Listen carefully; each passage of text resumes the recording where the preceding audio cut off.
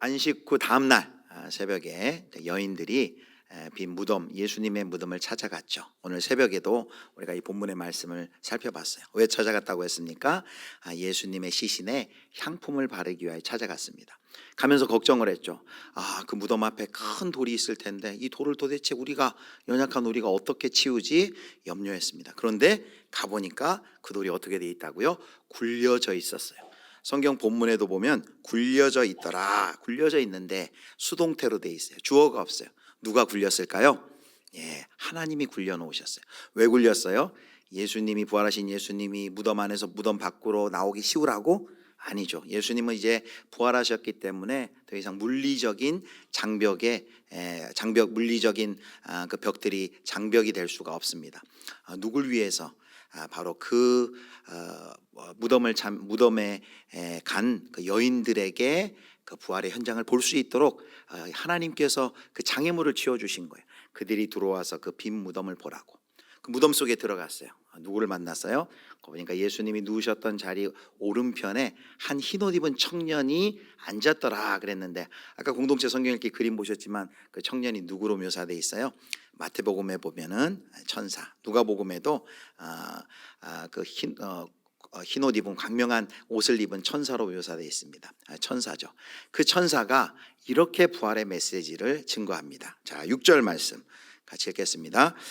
청년이 이르되 놀라지 말라. 너희가 십자가에 못 박힌 나사렛 예수를 찾는구나. 그가 살아나셨고 여기 계시지 아니하니라. 보라, 그를 두었던 곳이니라. 아멘. 이 천사에서 그리고 이 여인들에게 전해진 그 메시지가 뭐냐면은 그가 살아나셨고 여기 계시지 아니하니라 하면서 보라, 그를 두었던 곳이니라 라고 이야기합니다. 여기 우리가 주목해서 봐야 할 표현이 또 하나 있는데, 그가 살아나셨고 라고 그랬습니다. 살아나셨다 라고 말합니다. 여기 살아나셨다라는 이 헬라어 원어를 보면요, 수동태로 되어 있어요. 수동태로. 그래서 그가 살아나셨고를 어떤 학자들은 이렇게 해석해요. 한마디로 이거는 수동태, 그가, 즉 예수님이 살리심을 받고, 이런 뜻입니다. 하나님에 의해서 살리심을 받았다라는 것입니다. 부활 사건이 뭐라고요? 하나님의 예수 그리스도를 살리신 사건이다. 하나님에 의해서 살리심을 받았다라고 이야기합니다. 이걸 새벽에도 얘기했는데 신적 수동태라고 얘기해요. 4절 말씀에 방금 살펴본 것처럼 돌이 굴려져 있는데 라고 했을 때 주어는 없지만 그 굴린 주체가 하나님인데 하나님 주어를 쓰지 않지만 수동태를 통해서 하나님이 그 일을 했음을 드러난 것처럼 여기 6절 여기 살아나셨다라고 했을 때 수동태인데 누가 살리셨어요? 하나님이 죽은 예수 그리스도를 살리셨다라는 걸 이렇게 표현합니다. 그래서 베드로나 사도 바울도 다른 성경에서 보면 하나님이 예수 그리스도를 살리셨다라고 표현을 합니다. 사도행전 3장 15절 말씀 같이 읽겠습니다. 생명의 주를 죽였도다. 그러나 하나님이 죽은 자 가운데서 그를 살리셨으니 우리가 이 일의 증인이라. 여기 뭐라고 그래요? 하나님이 죽은 자 가운데서 그를 어떻게 했다고요? 살리셨다. 하나님이 예수님을 살리셨다. 이게 부활을 설명하는 표현입니다. 그런데 그런 표현만 있는 것이 아니에요. 또 부활은 어떤 면이 있냐면 예수 그리스도께서 스스로 살아나셨습니다. 자, 그래서 마가복음 다른데 10장 34절에는 바로 다른 용어를, 다른 단어를, 헬라어 단어를 써서 능동형 동사를 써서 예수님이 살아나셨다라고 말합니다. 자, 마가복음 10장 34절 말씀 우리 같이 보겠습니다. 그들은 능욕하며 침뱉으며 채찍질하고 죽일 것이나 그는 3일 만에 살아나리라 하시니라. 여기 능동이에요. 그는 3일 만에 살아나리라. 바로 예수님께서 살아나신 것이에요. 그러니까 부활을 설명할 때 두 가지 표현이 다 있어요. 하나님이 예수님을 살리셨다, 예수님이 하나님에 의해서 살리심을 받았다라는 표현과 함께 또 예수님의 부활은 그가 살아나신 거예요. 자, 이 두 가지 표현을 다 쓸 수 있는데 여기 오늘 본문 가운데 이 천사는 어떤 표현을 썼냐면은 그가 살아나셨다라는 신적 수동태를 사용하여서 하나님이 예수님을 살리셨다라는 걸 강조하고 있습니다. 이렇게 신적 수동태를 사용해서 하나님이 예수님을 살리셨다라고 표현할 때 성경이 말해주고 싶은 것이 있어요. 그것이 뭘까요? 그것은 바로 이 부활은 어떤 사건이냐? 하나님께서 공개적으로 하나님의 신실한 아들, 그가 메시아임을 증명해 주셨다, 인정해 주셨다라는 뜻이 여기에 포함되어 있습니다. 하나님의 이 예수 그리스도의 부활은 한마디로 뭐냐? 세상의 정죄에 대한 하나님의 공개적인 뒤집기라고 할 수 있습니다. 예수님의 부활은 한마디로 그가 옳다, 그가 옳으시다 라는 것을 하나님께서 증명해 주신 사건이다라고 할 수 있습니다. 여러분, 우리가 지난 한 주간 고난주간 특세를 통해서 예수님이 어떻게 조롱당하시고 수치당하시고 멸시당하셨는지, 유대인들도 그 재판을 통하여서, 로마인들도 재판을 통해서 죄 없는 그분을 어떻게 정죄하고 그리고 못 박아 죽였는지를 우리는 생생히 살펴보았습니다. 그렇게 세상은 죽였는데 하나님께서 하신 일이 뭡니까? 그 모든 세상의 정죄를, 판단을 한순간에 역전시켜 버리셨어요. 그리고 뒤집어 놓으셨어요. 그러면서 뭘 알려줍니까? 예수가 옳았다, 예수가 바로 하나님의 아들이심을, 메시아이심을 하나님께서 부활을 통하여서 우리에게 이렇게 증명해 내주신 것이죠. 예수님을 살리셔서 그가 옳았다고 공개적으로 선포하세요. 그래서 디모데전서 3장 16절에는 바로 이렇게 얘기합니다. 제가 읽겠습니다. 그도다 경건의 비밀이여, 그렇지 않다 하느니 없도다. 그는 육신으로 나타난 바 되시고 영으로 의롭다 하심을 받으시고 천사들에게 보이시고 만국에서 전파되시고 세상에서 믿음 받으시고 영광 가운데서 올려지셨느니라. 아멘.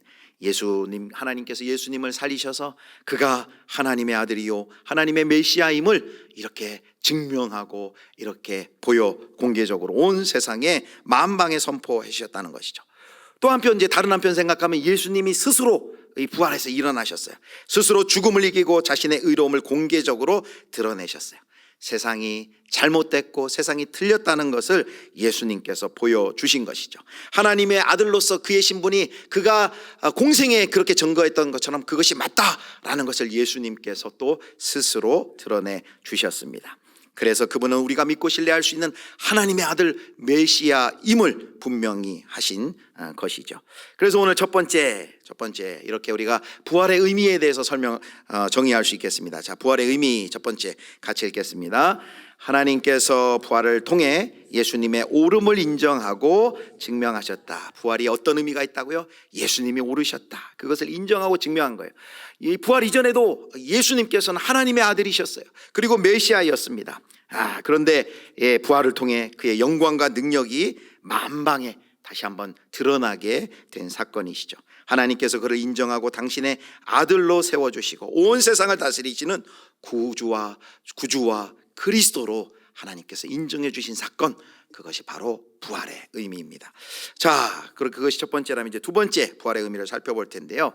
자, 예수님이 부활하셨습니다. 이 예수님의 부활 사건이 우리에게 왜 그렇게 중요합니까?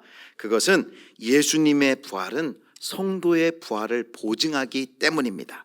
예수님처럼 성도도 부활할 것입니다. 여러분 믿으십니까? 이것이 성경의 약속이에요. 자, 보겠습니다. 고린도전서 15장 22절 23절. 자, 우리 같이 읽습니다. 아담 안에서 모든 사람이 죽은 것 같이 그리스도 안에서 모든 사람이 삶을 얻으리라. 그러나 각각 자기 차례대로 되리니 먼저는 첫 열매인 그리스도요, 다음에는 그가 강림하실 때에 그리스도에게 속한 자요. 우리가 부활하신 예수님을 뭐라고 표현해요? 부활의 무슨 열매요? 첫 열매다. 그 말은 우리가 이제 두 번째 열매로 우리도 그리스도께서 강림하실 때 우리도 부활할 거라는 것을 예수님께서 부활하심으로 보여주셨어요. 우리가 예수 그리스도를 믿을 때, 구원자로 고백할 때 우리에게는 뭐가 심겨져요? 부활의 생명이 심겨져요. 자, 여러분, 우리 부활절 오늘 이제 가실 때 달걀을 나눠줄 거예요. 달걀이 부활절의 상징이죠. 근데 사실 정확하게 부활의 의미를 조금 더 성도님들이 정확하게 되새기려면 사실은 찐계란 나눠주면 안 돼요. 어떻게 해야 될까요? 유정란을 부활절 전에 여러분들에게 다 나눠주는 겁니다. 그리고 그것을 남은 기간 동안 잘 품고, 그래서 어떻게 해요? 부활절을 가만 잘 품으면 어떻게 돼요? 생명이 그 유정란 안에 있으면 그거 어떻게 돼요? 껍질을 깨고, 부활은 아니죠. 껍질을 깨고 나오죠. 그 병아리들을 다 들고 나와야 돼요. 사실은 이것이 부활절의 의미를 생생히 보여주는 거예요. 여러분, 생명이 있으면, 유정란에 생명이 있으면은 그것이 언젠가는 그 껍질을 깨고 깨어나는 것처럼 우리에게 부활의 생명이 심겨졌어요. 그렇다면 부활의 생명이 심겨진 우리가 언제 부활해요? 예수님 다시 오실 때 분명히 부활한다는 거예요. 이것이 바로 예수 그리스도의 부활을 통해서 우리에게 약속해 주신 것이고 성경이 구구절절히 우리에게 약속해 주시는 것이죠. 이미 우리가 예수 그리스도를 믿음으로 우리의 영혼은 하나님과 연결이 되었어요. 그래서 영혼이 살아났어요. 그러나 우리의 육신은 여전히 연약하여서 우리가 죽음을 이 땅에서 경험하겠죠. 땅의 흙으로 돌아가겠죠. 그러나 그날에 강림하실 때 육체도 하나님께서 살리셔서 그 영과 신비롭게 육체가 하나가 되어 부활 생명으로, 부활체로, 영화로운 부활체로 변화되어서 이제 하나님과 함께 영원히 산 것이라는 그 생명의, 부활의 생명의, 부활의 역사를 우리에게 약속을 해 주신 것이죠. 그날 어떤 일이 일어납니까? 우리가 부활하는 그날은 뭐 어떤 날이요? 마치 예수님을 부활시키셔서 예수님이 옳았다, 그리고 예수님이 하나님의 그리스도시다 라는 것을 온 열방의 만천하에 증명해내고 보이셨던 것처럼, 그날 우리가 부활할 때 우리의 성도의 옳음을, 성도의 무엇을요? 그 성도가 옳았다, 성도가 예수 그리스도를 믿고 고난당하고 핍박당하고 그 믿음의 길 걸어갔던 그것이 옳았다라는 것을 그날 우리 하나님께서 우리 성도들을 보증해 주시고, 또 역시 예수님과 같이 똑같이 우리를 증명해 내 주실 것이다라는 것입니다. 여러분, 두 번째, 그래서 이렇게 우리가 부활의 의미를 정의할 수 있겠습니다. 같이 보겠습니다. 같이 읽습니다. 하나님은 성도의 미래의 부활을 통해 성도의 옳음을 인정하고 증명하실 것이다. 예수님의 부활을 통해 예수님이 메시아였던 것처럼 인정하고 증명했던 것처럼 우리가 동일하게 우리도 하나님께서 부활시킴으로, 우리의 부활과 예수님의 부활의 다른 게 뭐예요? 예수님은 하나님께서 부활을 시키셨기도 하지만 예수님 스스로 부활했지만 우리는 스스로 부활할 수 없어요. 그러나 하나님이 우리를 부활시키셔서 우리도 부활함으로 성도들이 옳았다, 성도들이 이 땅에서 예수 믿으면서 많은 핍박과 환난과 어려움과 시기와 멸시와 조롱이 있었겠지만 그날에 그 성도들이 옳았다라는 것을 하나님께서 증명해 주신다는 것이죠. 그래서 우리는 다시 한번 매번 부활주의를 맞을 때마다, 우리는 부활을 기억할 때마다 우리는 어떤 소망이 있습니까? 이 세상에 여러 성도가 믿음으로 살 때, 복음으로 살기 위해서 당하는 어려움과 고난과 희생과 손해가 있겠지만 부활해 주는 우리에게 말씀하십니다. 좌절하지 말고 하나님의 인정, 그 부활의 날, 심판주 하나님이 너희의 옳다라는 것을 증명해 줄 그날을 기억하면서, 그날을 바라보면서 살아라. 그 재판정을 바라보면서 성도의 옳음이 인정될 그날을, 부활의 날을 바라보면서 낙심하지 말고 살아라 라고 우리들 가운데 격려해 주고 계신 것이죠. 자, 부활의 의미 우리가 두 번째 살펴봤습니다. 첫 번째는 뭐라고요? 부활은 예수님의 부활은 하나님께서 예수님을 살리심으로 예수님의 신분과 사역이 공개적으로, 하나님의 아들 메시아임을 공개적으로 드러낸 사건이라 그랬어요. 두 번째, 부활은 뭐예요? 성도도 마치 이와 같을 거라는 거예요.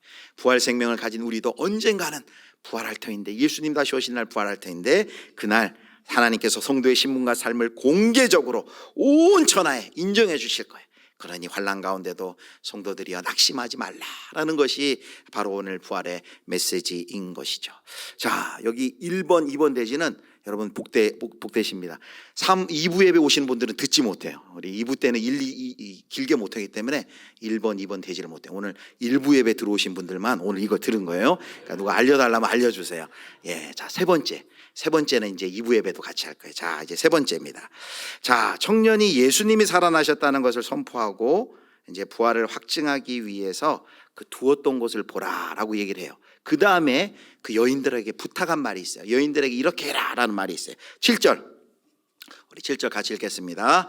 가서 그의 제자들과 베드로에게 이르기를 예수께서 너희보다 먼저 갈릴리로 가시나니 전에 너희에게 말씀하신 대로 너희가 거기서 배우리라 하는지라. 자, 7절 말씀. 자, 여기 뭘 얘기하냐면 이 천사가, 흰옷 입은 청년이 전에 너희에게 말씀하신 대로 너희가 거기서 배우리라 이렇게 말해요. 너희보다 부활하신 예수님께서 먼저 가실 것인데, 그것이 가는 것은 전에 너희에게 이야기했던, 전에 너희에게 말씀하신 대로 가실 것이다라고 말해요. 전에 예수님께서 십자가 지시기 전에 이 말씀 하셨나요? 예, 약속하셨어요. 자, 마가복음 14장 27절 28절 보겠습니다. 우리 같이 읽겠습니다. 예수께서 제자들에게 이르시되 너희가 다 나를 버리리라. 이는 기록된 바 내가 몽자를 치리니 양들이 흩어지리라 하였음이니라. 그러나 내가 살아난 후에 너희보다 먼저 갈릴리로 가리라. 아멘. 이렇게 말씀하셨죠. 그러나 내가 살아난 후에 예수님이 너희보다 먼저 어디로 간다고요? 갈릴리로 갈 것이다 라고 그들 가운데 약속을 해 주셨습니다. 그래서 지금 이 천사가 그것을 상기시키면서 너희에게 말씀하신 대로 갈릴리로 갈 것이니까 너희가 거기서 배울 것이다. 바로 그 메시지를 빨리 가서 제자들에게 전해라 라고 이야기를 합니다. 사실 천사는 이렇게 말하면 안 되었어요. 사실 이 전후 상황을 보면 천사는 이렇게 이야기하는 것이 더 자연스러울 것입니다. 가서 그 도망친 예수님을 저주하고 도망친 배은망덕한 제자들에게 가서 똑똑히 전해라. 너희들이 그 녀석들 땅에 엎드려서 예수님께 100배 사죄를 한다면 예수님께서 혹시나 만나줄 수 있을지 모른다. 그러니까 가서 어서 속고대제할 준비를 하도록 전하여라 라고 천사가 말을 해야 마땅한 거였어요. 그런데 예수님의 메시지는 뭐였어요?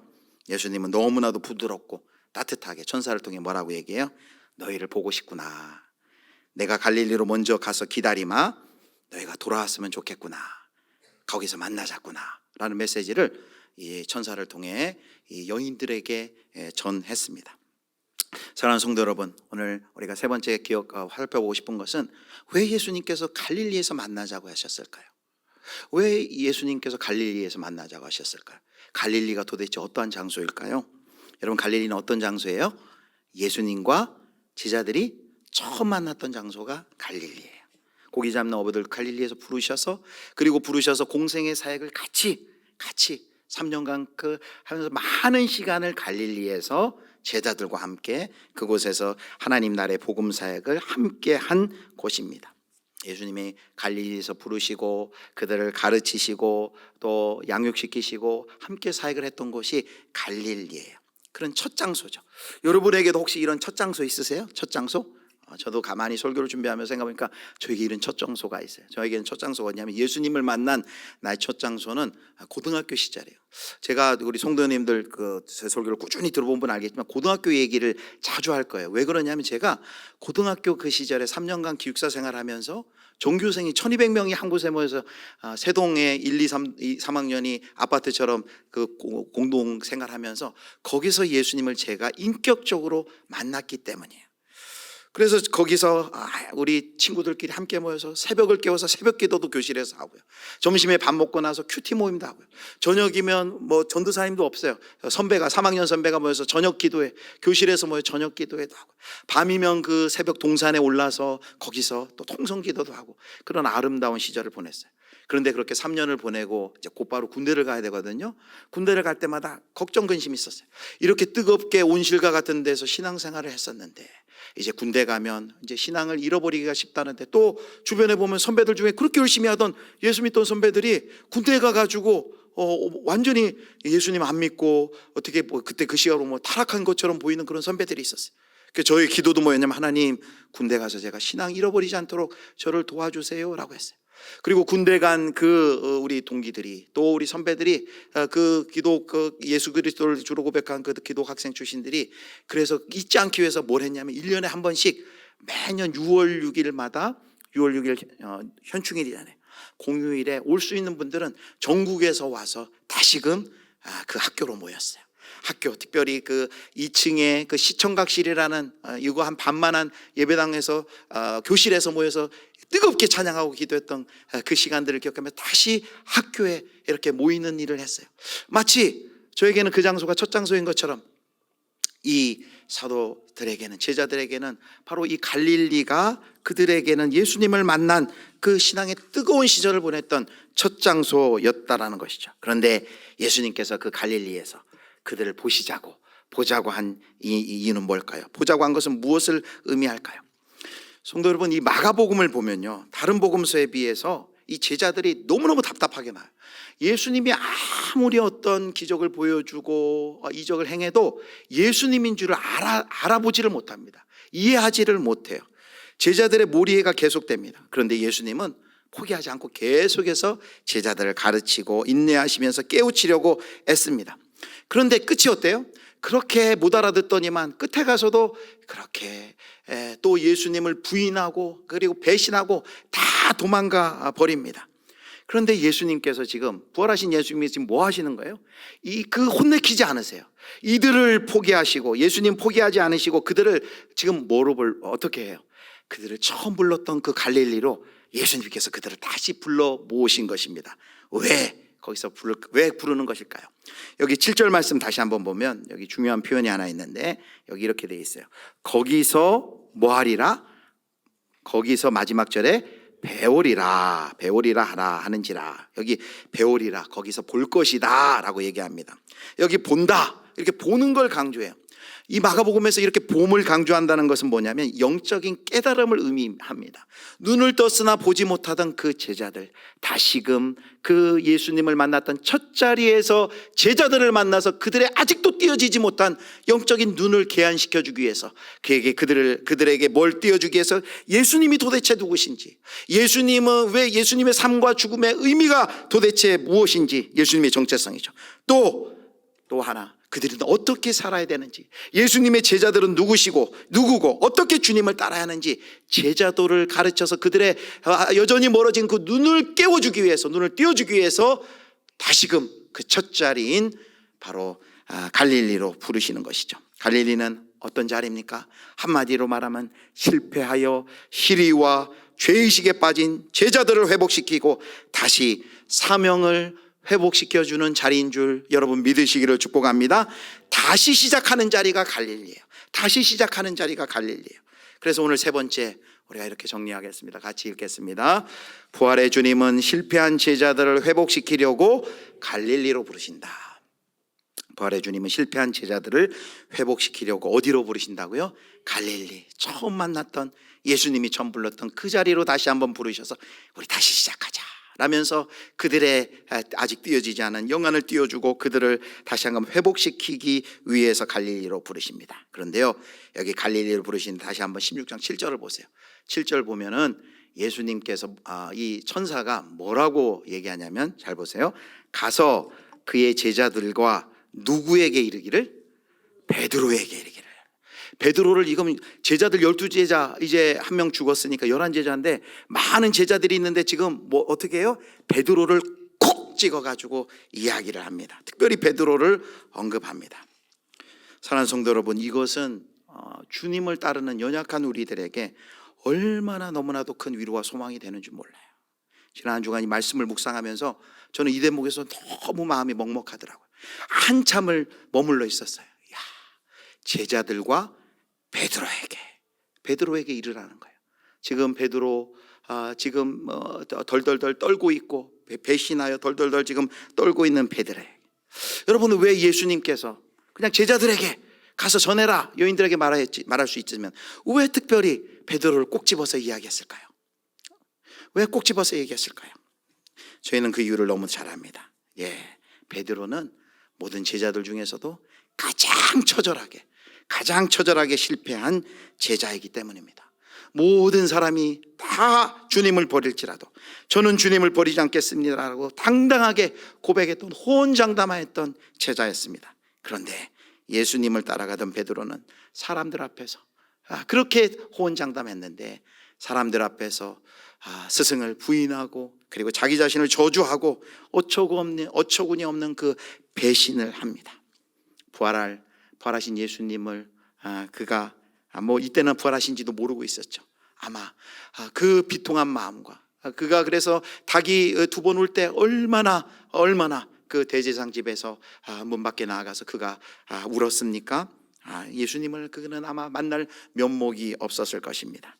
그러나 예수님은 이미 알고 있으셨어요. 이미 아까 우리 예수님께 십자가 지시기 전에 이미 제자들의 연약함을 알고 실패를 예견하고, 그래도 실패한 그 제자들을 그런데도 다시 만나주시면서 회복시키겠다는 약속의 말씀을 미리 해 놓으신 것이죠. 너희가 나를 다 버릴 것이나 그러나 내가 살아난 후에 먼저 갈릴리로 가리라. 사랑하는 성도 여러분, 우리도 베드로와 같은 자들입니다. 우리가 복음을 위해 십자가의 길을 가면서 마가복음에 나와 있는 그 밭들과 같은 그런 모습이에요. 환난이나 핍박을 당할 때 어려워하는 돌박 같은 마음, 세상의 염려와 재리의 유혹과 기타 욕심과 같은 가시떨기와 같은 마음, 또 부인하고 저주하고 도망가는 실패의 삶, 길가와 같은 마음. 그런데 주님은 실패한 제자들을 다시 불러서 그들을 회복하신 것처럼 우리들도 그렇게 회복해 주시겠다라는 것이 오늘 부활주일 우리에게 주시는 하나님의 메시지인 것을 기억하시기를 축복합니다. 베드로처럼 때때로 복음을 위한 길에서 순환을 이기지 못하고 넘어질 때 주님은 포기하지 아니하시고 그때의 갈릴리로 우리를 부르십니다. 그리고 다시금 제자로서 세워주시는 것이죠. 나를 따라와 너라. 내가 너희로 사람을 낚는 어부가 되게 하리라. 사랑하는 성도 여러분, 이 세상에서 내세울 것 없는, 하나도 내세울 것 없는 여인들, 오늘 우리 본문의 여인들을 한번 보세요. 그들이 증언해봤자 자격도 주어지지 않습니다. 그런데 무시와 천대를 받는 여인들이 하나님에 의해서 부활의 주를 증거하는 부활의 첫 증인으로, 첫 목격자로 하나님께서 세워주십니다. 하나님께서 마찬가지로 철저히 실패했던 베드로와 제자들, 그들도 하나님께서 다시금 부활의 주님이 그들을 세워주십니다.